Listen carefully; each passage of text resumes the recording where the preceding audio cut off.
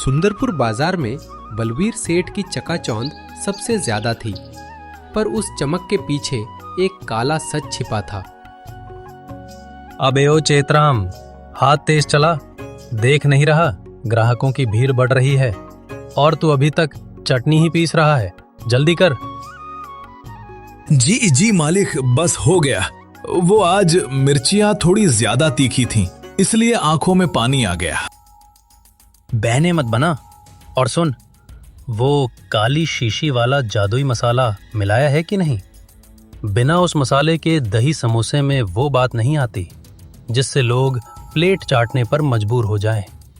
ये मसाला ही ग्राहकों को मेरी दुकान का गुलाम बनाए रखता है। मालिक, वो मसाला डालते ही दही का रंग अजीब हो जाता है और दवाई जैसी महक आती है।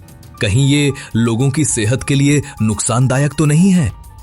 अबे बेवकूफ, तू नौकर है, नौकर बनकर रह, डॉक्टर बनने की कोशिश मत कर। तुझे अपनी तनख्वाह से मतलब है या लोगों की सेहत से? चुपचाप काम कर और उधर देख उस ईश्वर को।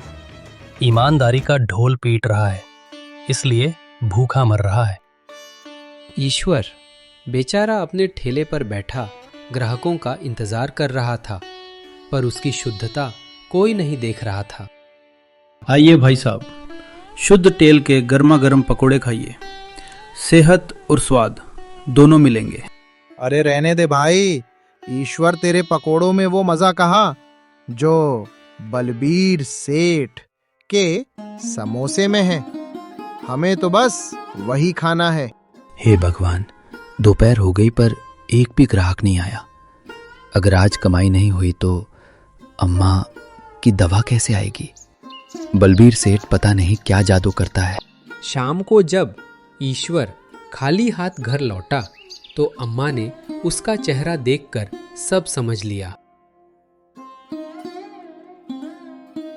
अम्मा, मुझे लगता है मुझे ये काम छोड़ देना चाहिए।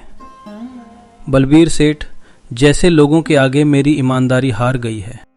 बेटा, हिम्मत मत हार। झूठ के पाँव नहीं होते, वो ज्यादा दूर नहीं चल सकता, लेकिन सच कछुए की तरह होता है। धीरे चलता है पर जीतता वही है।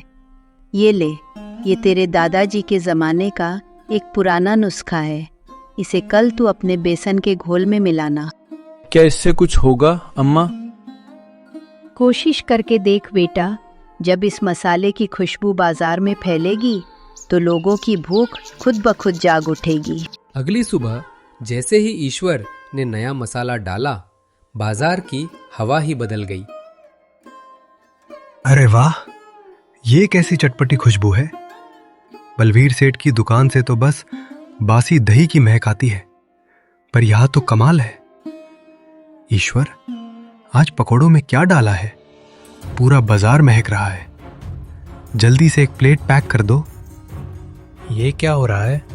मेरी दुकान खाली और उस फटीचर ईश्वर के पास भीड़।